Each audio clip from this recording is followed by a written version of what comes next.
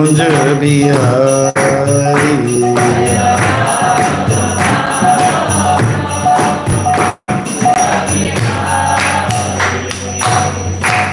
Om Namo Bhagavate Vasudevaya. Om Namo Bhagavate Vasudevaya. Om Namo Bhagavate Vasudevaya.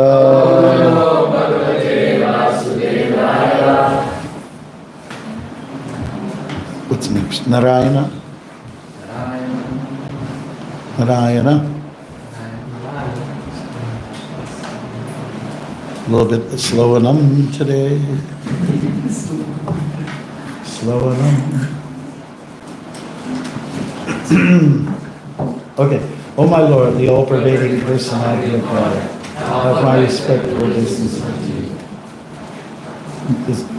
Narayanam namaskaritya naran chaiva narottamam devim saraswati vyasam tato jana udire, which is their very means of conquest. One should offer respectful obeisances to the personality of God, Narayana, unto Narayana Rishi, the supermost human being, unto Mother Saraswati, the goddess of learning, and unto Jagaraja, the Yogi of the true Nishyananda.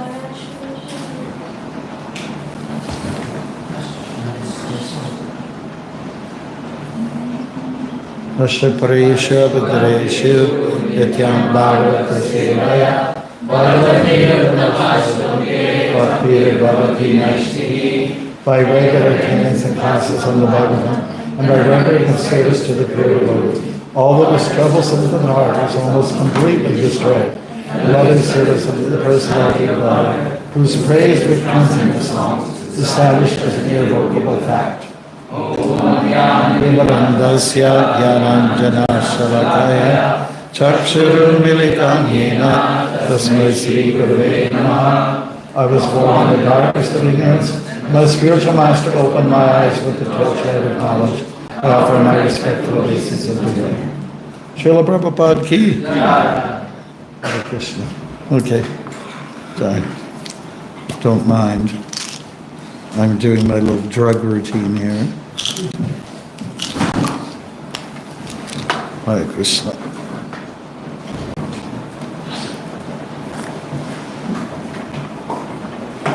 Okay, Hare Krishna. I'm just taking advantage of the opportunity to make this a book launch. The second poetry book has come out. And we'll give one to each and every one of you. Could somebody pass them around on this side? You know? And these are gifts, but if you're making money, please pay for them. All right. Hare Krishna. We can turn to, there's a lot of different poems here, about 60 or so. Maybe try 21, Wisdom from the Vedas. This is about the three energies. Page 21, your age, I think. No, 26, okay. Okay, there are three energies affecting us all, as real and organic as nature's call. They are at play practically all the time, like wind, rain, moon, and sunshine. They influence our mood, action, and thought. If we analyze them, it can help us a lot. Let us explore the names of these energies and come to grips with their bold tendencies. The first one is sattva, its Sanskrit name. It is positive power we should welcome and aim. The special feature here is to be very mindful, sensitive, patient, rational, thoughtful. The next energy goes by the name Rajas, a power that seems to always embrace us. Characterized by passion, restlessness, speed, the aligned sex impulse can push us to greed. Finally, we arrive at the trait called tamas, known typically by the element of darkness. Lethargy, inertia, slowness contribute to being dull. Productivity and intelligence are almost void and null. turning the world around, hidden or in our face. These three psychophysical energies do have a place. Rajas is necessary to build or to produce a baby. Harness it, channel it, or we'll go somewhat crazy. With tamas, we sleep. Rajas, we work hard. With sattva, we regulate and show we are smart. It becomes a concert, a good balancing act. With this trio, you can approach life with tact. These three get highly competitive, so keep an eye. I believe you know what to prioritize and why. Filter all decision-making through the mode of sattva, then rajas and tamas will fall where they ought to. Hare Krishna. Srila Prabhupada. And if you like, we can sign them later on. Okay, today we're looking at Parashuram, the Lord's warrior incarnation.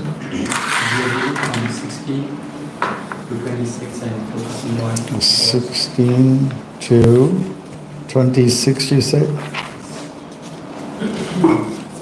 Yes? Okay, so we're going to read this together. Everybody's ready? Should I duck or are we going to be okay? It's okay. All right, so here we go. 16, Parashuram, the Lord's warrior incarnation.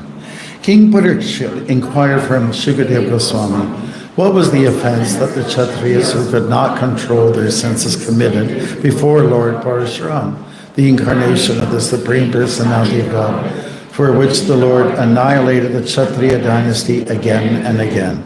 Shukadeva Goswami said, the best of the Kshatriyas, Kartyavirya Arjuna, and the king of the Haihayas, received 1,000 arms by worshipping Dattatreya, the plenary expansion of the Supreme Personality of God at Narayan. He also became undefeatable by enemies and received unobstructed sensory power, beauty, influence, strength, fame, and the mystic power by which to achieve all the perfections of yoga, such as anima and laghima. Thus, having become fully opulent, he roamed all over the universe without opposition, just like the wind. Once, while enjoying in the water of the Narmada, the puffed-up Kartavirya Arjuna, surrounded by beautiful women and garlanded with a garland of victory, stopped the flow of the water with his arms, because Kartavirya Arjuna made the water flow in the opposite direction. The camp of Ravana, which was set up on the bank of the Narmada, near the city of Mahishmati, was inundated. This was unbearable to the 10-headed Ravana, who considered himself a great hero and could not tolerate Kartavirya Arjuna's power. When Ravana attempted to insult Kartavirya Arjuna in the presence of the women, and thus offended him, Kartavirya Arjuna easily arrested Ravana and put him in custody in the city of Mahishmati, just as one captures a monkey and then released him neglectfully. Once, while Kartavirya Arjuna was wandering unengaged in a solitary forest, hunting, he approached the residence of Jamadagni.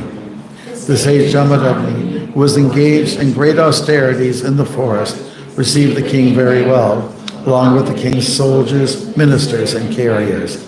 He supplied all the necessities to worship these guests, for he possessed a Kamadhenu cow, was able to supply everything. Kartavirya Arjuna thought that Jamadagni was more powerful and wealthy than himself because of possessing a jewel in the form of Kamadhenu. Therefore, he and his own men, the Haihayas, were not very much appreciative of Jamadagni's reception. On the contrary, they wanted to possess that Kamadhenu, which is useful for the execution of the Agnihotra sacrifice.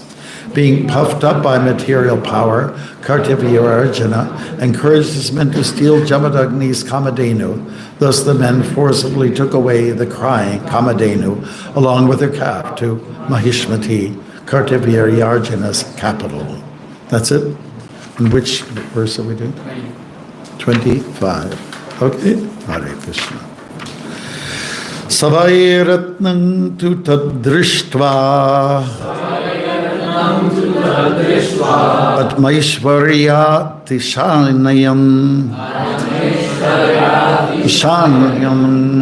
Tannadrityatagnihotriyang Sabilasha Sahayaha Savairatnam tuta dristva Sararaptata Drishtva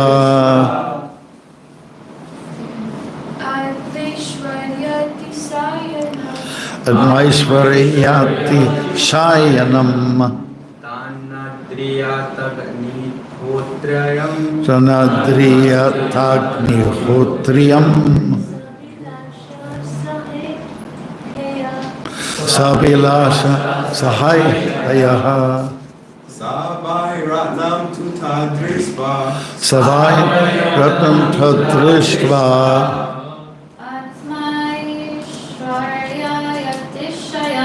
Admaishvarya Tishayam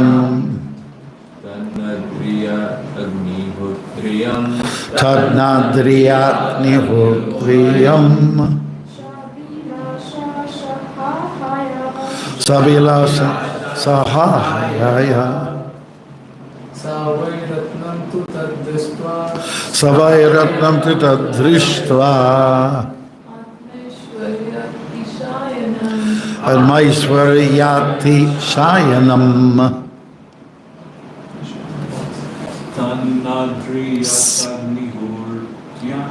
Tanadrityatnihotriyam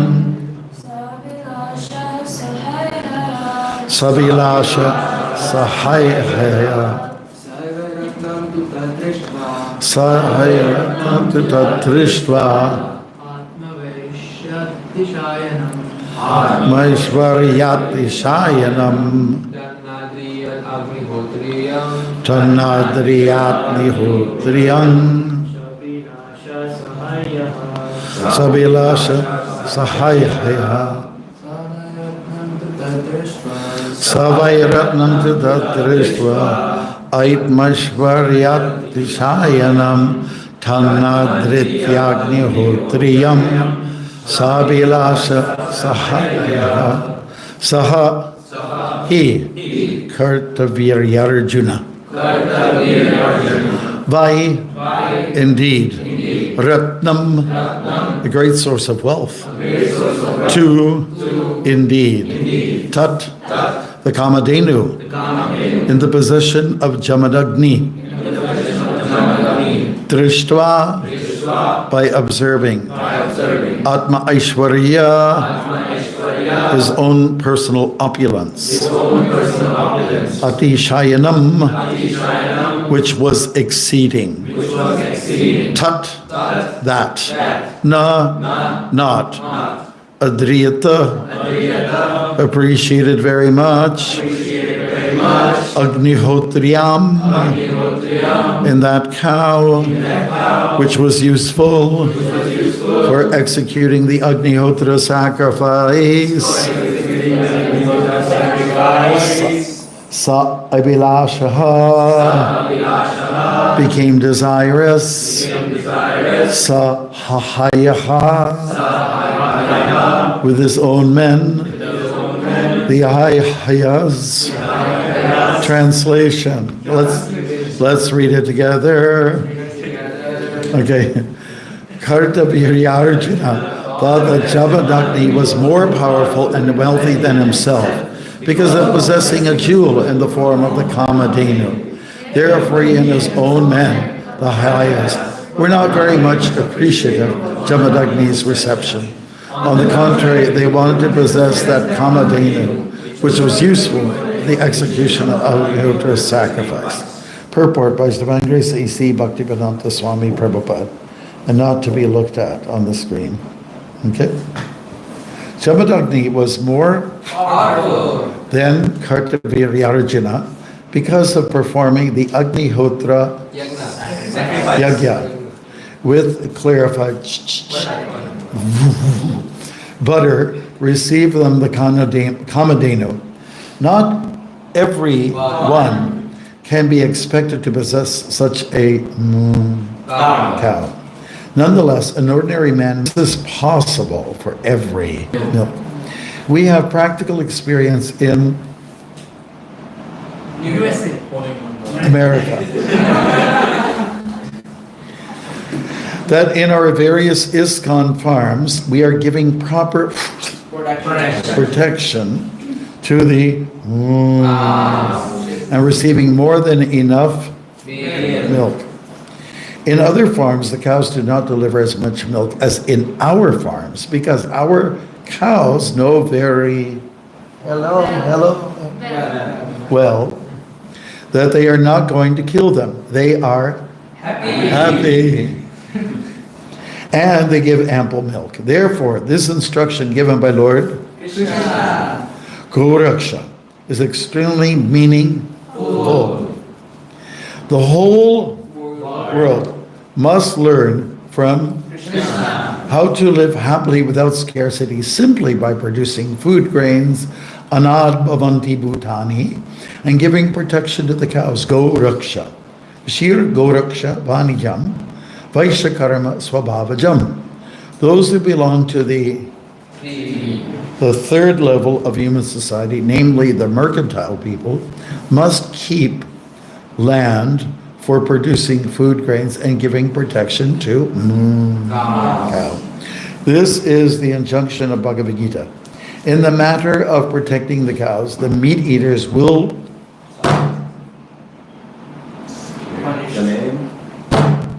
no. Object.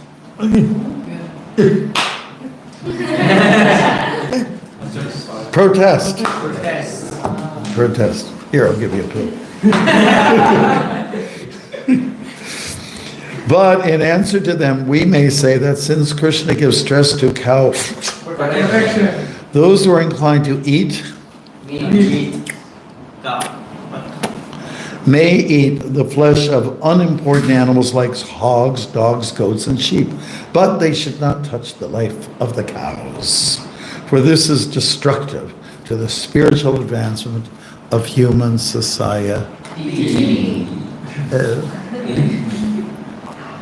What a pity. Hare Krishna. Thank you, Bruce. Okay.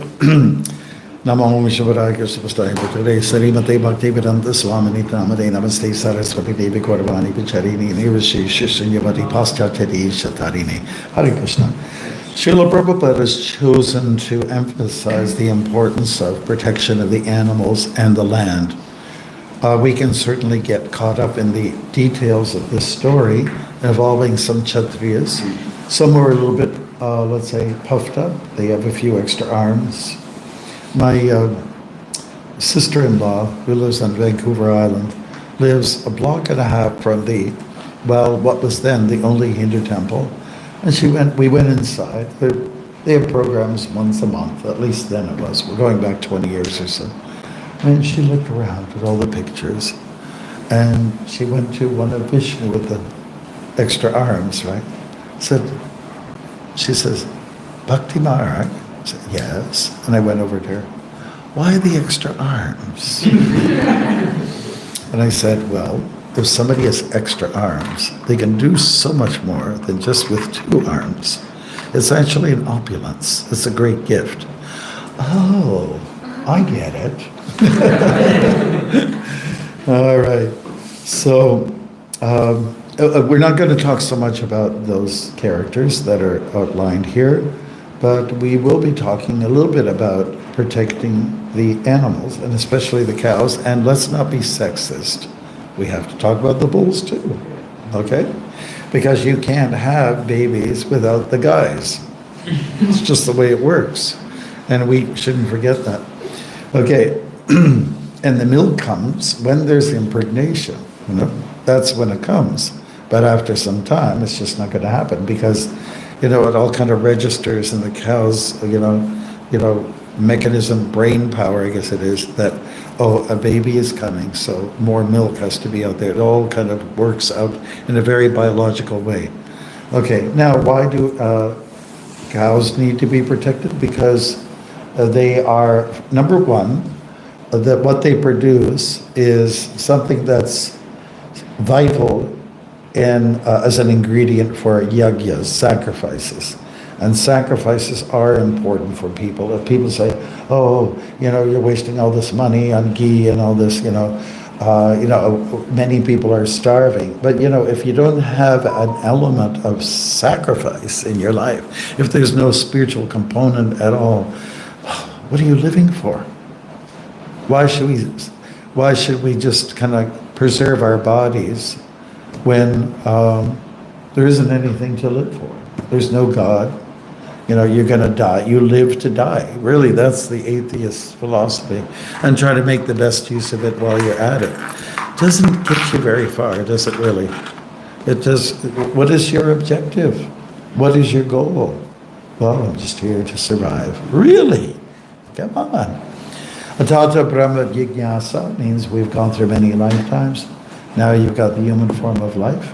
Do something about it, You're smart, or you should be. One of the smart elements of the human being is to take up this practice, as is recommended by Lord Krishna, Goraksha. Goraksha means protecting the cows. I think you all know a little bit about the history of when the books first came out, the Bhagavad Gita. The translation of Goraksha, which is something that I was brought, my version of Bhagavad Gita was put like this. The translation of Goraksha means cattle raising.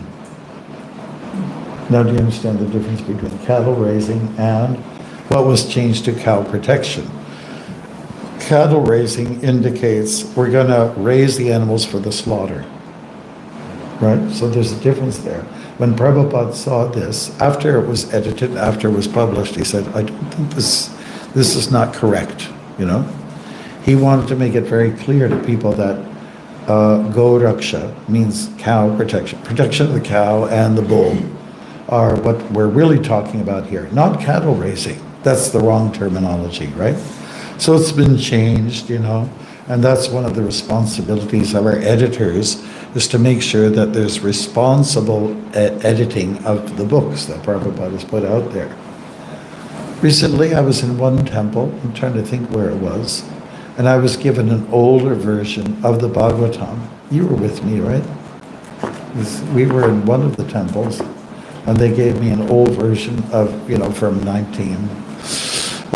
this, the original text that came out when Prabhupada first came. Now, there was a need to, tweak it. There was a need to edit it, And that's why Prabhupada asked people like Jayadvaita Maharaj to get behind it and do responsible editing, because there were some mistakes. The original editors, if they didn't like a paragraph, they'd leave it out. Did you know that? So it was, if somebody ever comes to you, oh, they changed the books, everything's spoiled. Well, they changed the books for a reason, to get it back to what initially was intended. They had to go back and go through the transcripts and go through it all over again, word by word, so that they would get the actual meaning. So when I was giving the class and looking at the English, I says, oh my God, this is, I'm glad they, somebody took the time to put it out properly grammatically and everything else, Otherwise, people would not respect what's there. And this is not, a criticism against Srila Prabhupada, because every good author has an editor, or one or two or three or four, isn't it? It's like that. Some of you might be writing books some days, and some of the best literature that's out there on the ISKCON bookshelves are done by people who may not speak like that. They got a lot of help from editors. One of them is one of our girls who joined from Etobicoke years ago. She moved to the States, and she's been doing a lot of editing for a lot of people. Okay, so anyways, that's clear, right? It's animals are to be protected, and that's a very important aspect of our culture. Gandhi also made statements about killing animals, and that it's not civilized. Especially those that are domesticated, those that contribute so much. Like, how many of you like ice cream? Ice cream? You don't care for it? No, like sweet. Okay, well, what about the cream? How many people like cream? Okay, cream has sweetness in it, right? And when you take milk from a cow, the flavor of the milk comes from whatever she's eating. So I was raised on a farm. My dad used to get me up in the morning at 5:30 a.m. Don't feel so bad, you Bhakti Academy people here. 5:30 in the morning and go to milk the cow. I'd go and find out where she was, sometimes through the mist, and find out where she was. As soon as she saw me or heard me, she just got up her big body, that big body. And slowly on her kind of like toothpick legs, kind of stilts pretty much. And then she knew it was time to go down. And there's always a little trail that cows make, just like when you see them on the road signs, deer crossing. Yeah. It's because they make a trail. Members of the deer families, they do that. Moose do the same thing. Cows do the same thing. They chalk out a trail for you, So, so then we go, and if it was springtime, I could smell the milk as it was coming out of the udder, and I could smell the clover in the milk, And then later on, when winter set in, then there was no longer fresh grass or hay, but it was hay, dried, harvested. And then it was a different flavor again, not as, let's say, flavorful, not as sweet either. Yeah. Those were good days. I didn't appreciate it so much at that time. Now when I look back, and I think it was nice for me to have that 5 years of, doing that chore in the morning before going to school. I thought it was just great. How many people get a chance to do that? Milk a cow in the morning? Well, I. Okay. And it was very nice. And then when I met with devotees, said, God is into cows, Krishna loves cows. I said, oh, really? Oh. He even milks them with his brother, Balaram. They use a rope to keep the legs. I used to have to take a rope and tie it in such a way that she won't be kicking around, She'd be sort of holding it down. She'd be anchored down somewhat. Sometimes she wasn't. I remember one time I was milking a cow, and out of the hay and straw came a rat, and just like this. And I flipped out, the cow flipped out, and the milk went all over the place. We didn't get any milk that day. But it's nice to be, my dad was very good with the animals. I mean, up to a point, right? So, combing them, grooming them, and they like that very much. They like to be pet here by the floppy skin, They just love it. When you get a chance to be with cows, we have a farm up north. If you haven't been there, go there, and experience being close to a cow. Now people spend a lot of money, a lot of dollars for going for therapy, to spend time with cows, to pet them, to maybe lie down with them, and horses, and just animals in general, because it calms people down, Now I want to just say something to you all devotees. Sometimes we hear about Vaishnavas that dogs are low class, They're not low class. They're low class if you neglect them. And then just like in India, you see a lot of stray dogs, and they're very diseased, and they look pretty ugly, and says, oh my God, I don't want to get close to that. It's too bad that it has come to that. But, Krishna had a dog, pet dog. Bhaktivinoda Thakur had a pet dog.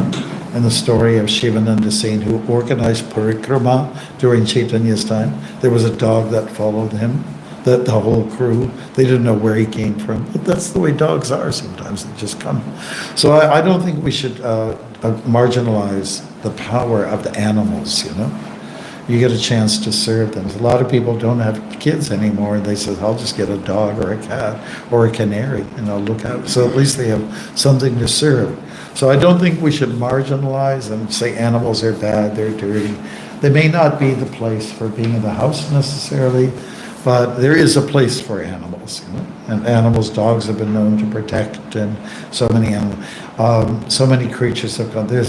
There's a story there about the Robbins dynasty, the ice cream, because since we're talking about it. John Robbins, I think he's the one that wrote the book, Diet for a New Planet or something. So anyways, he's talking about, how benevolent animals can be. And then one lady from Manila, from that part of the world, Philippines, she fell into the water, and she couldn't save herself. She was about to drown. And one of those big sea turtles came to her and let her grab the turtle, and he brought her back up to the surface so she could be saved. There's so many examples of where animals have come to ask, come to the rescue. And similarly, there's many occasions where people have come to rescue animals that have been trapped or something like that, in like a man-made, something device or something like that, and they reciprocate. There's a lot of love that's there in the animals. That's why in our culture we are very fond of animals, and they need to be protected. They have their own domain, and let them be, instead of being on a big hunting spree, which we sometimes hear about. Kshatriyas were sometimes required to do that, and Prabhupada talks about that in the Bhagavad Gita in a purport, that Kshatriyas were known sometimes to do that. It gave them a practice in survivalism, which is oftentimes necessary when there's warfare, and it proves their, let's say, Kshatriyaism. And it wouldn't necessarily always be just a docile animal, but it would be an aggressive animal. Okay, so we talked a little bit about the role of the Vaishyas, and they provide for the stomach of the society. Everybody knows that analogy, the head represents the Brahminical people, the smart people. People have a little bit of a vision, and then you have this part of the body where you lift things and you use weapons and tools, and so that is the Kshatriya's role here. The stomach here, which we're so dependent on, is the responsibility of the Vaishyas, the mercantile community, and the farmers who manage the work. And then there's the workers of the land. They're not necessarily farmers, they're workers for the farmers, for the Vaishyas. So they're the shooters. Everybody plays an important role. 4 basic human types that Krishna has created to make like a full, complete, 100% operating society. They complement one another. Chatura varnam maya shrishtam guna karma vibhakshaha. By somebody's nature, guna, and somebody's behavior, karma, or activities, you are, programmed to be into one of those 4 categories. So all of us are somewhere in there, and it's all good. It's all very good. I mean, this temple suffers because we don't have people who are handymen, or handy ladies, whatever I want to be, politically correct. Okay. We suffer because, a simple thing like a door handle gets broken. And can you ask anybody in this building that lives here, can you fix this? Answer, no. With a big N and a big O. We just know they're dying. They're just not around here, But when they come in, like a plumber, and oh my God, my life. And then you start to value the role that they play, like building buildings, You have to respect these people that engineer these things and fix roads and fix bridges that we're all dependent on. We never, ever, let's say, hardly does anybody ever respect them. And why should we? This is what will be the challenge by some. Why they get paid a lot of money, so why should I? No. Everybody needs a pat on the back. And pat on the back means bhakti, means devotion. You understand? Bhakti is all about encouragement. Encouragement towards your human being. And that's it. It's an appreciation for what another human being can do for society to make things operate nicely. So I think that we're getting the point across that, Prabhupada offers some suggestions that if you really have to eat meat, there are some examples that can be given: hogs, dogs, goats, and sheep.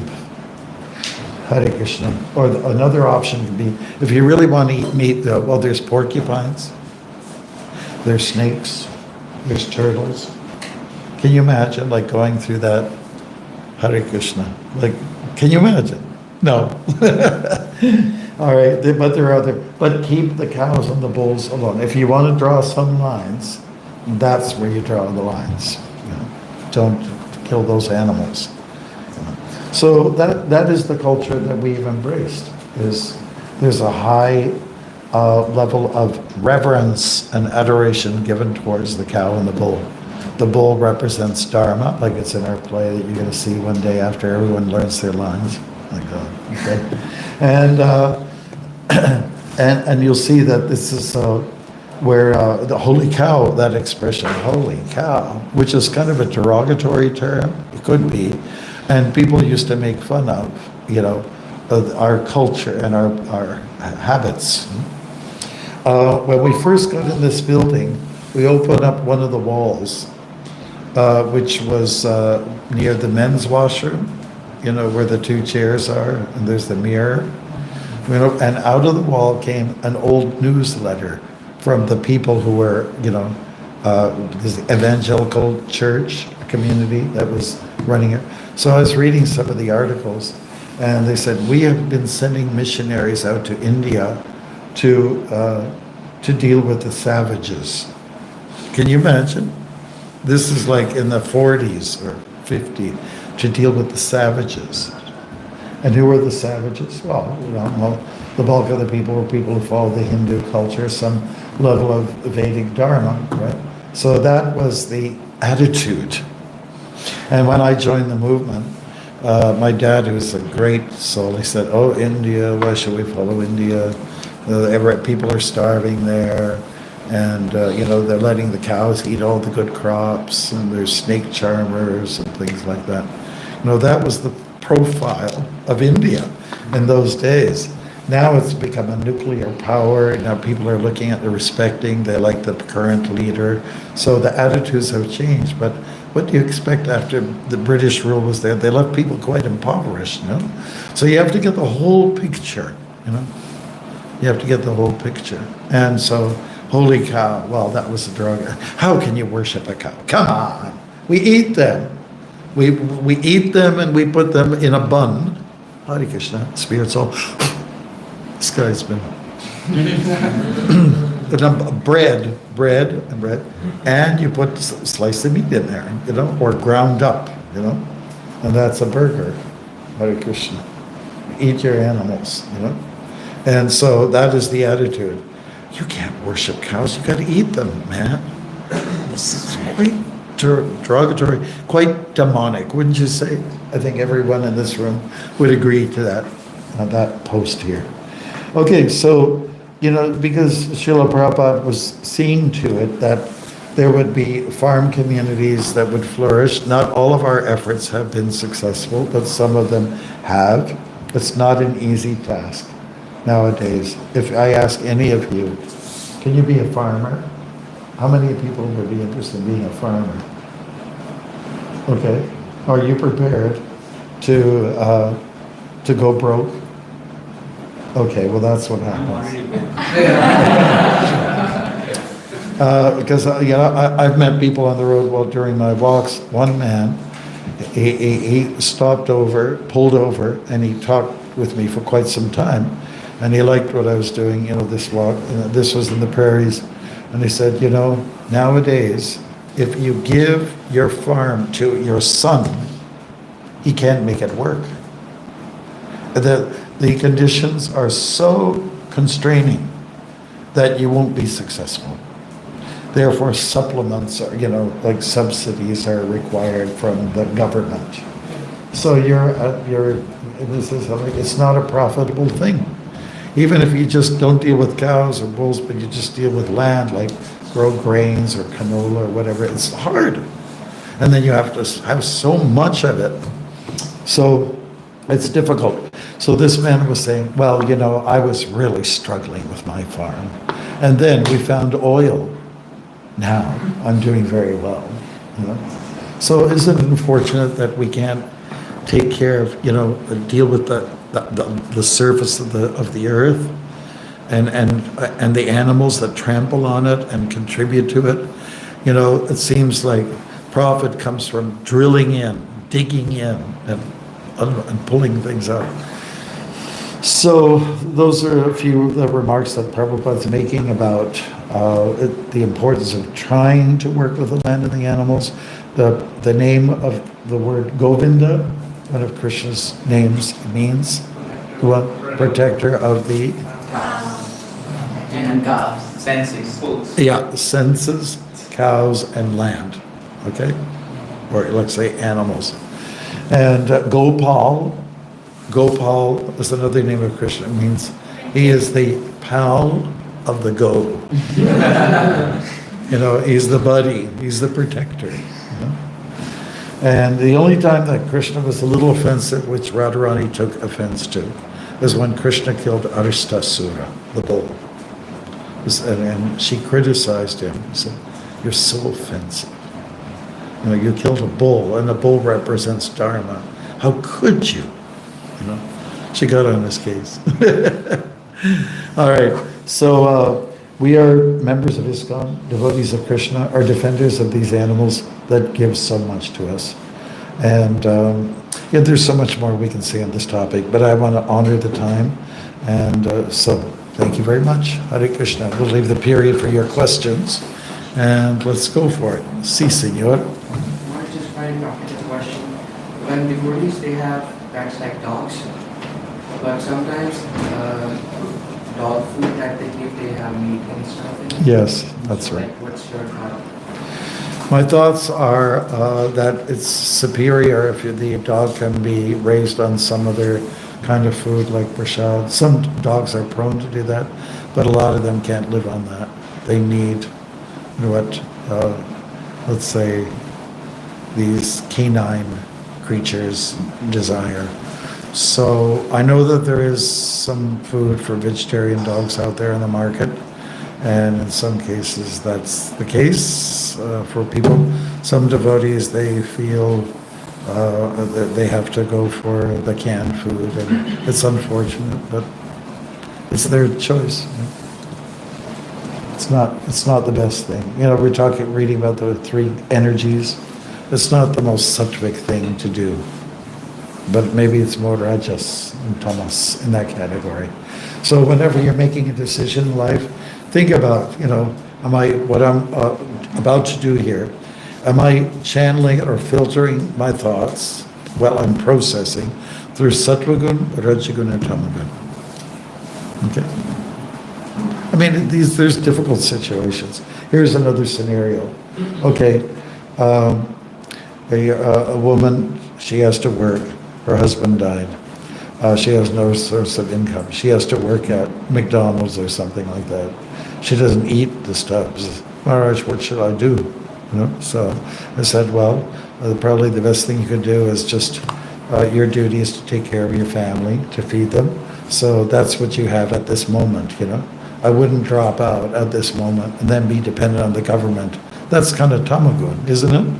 So be responsible and try to work your way up so that you can go to a more progressive place of business, of work. Okay? And then sometimes you have a situation where a woman, and this has come to me a few times, my husband, like we're Russian or something, my husband works hard physically.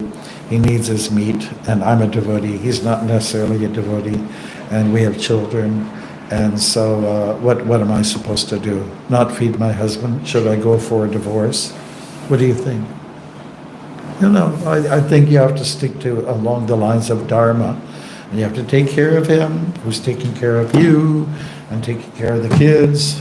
So what are you going to do? And she, he demands, listen, I got to eat, and you have to supply me. So she'll do that, but she'll just stay away from eating the stuff herself, and she'll make her own meal for the kids. And the kids have to make their own decision. Does that make sense, Bruce? It's really important that you keep the family together, you know, and even if you have to compromise a little bit in some area, Krishna is in your heart. He understands, okay? If we're going to be so rigid with rules and regulations, then I think we're missing the point. We're missing the point. Okay, somebody else had their hand up? Yes. Thank you, Maharaj, for the wonderful class. Since we were talking about farms, I was just on a call, few days ago, I was on a call with Vishal Prabhu from Gate Farms.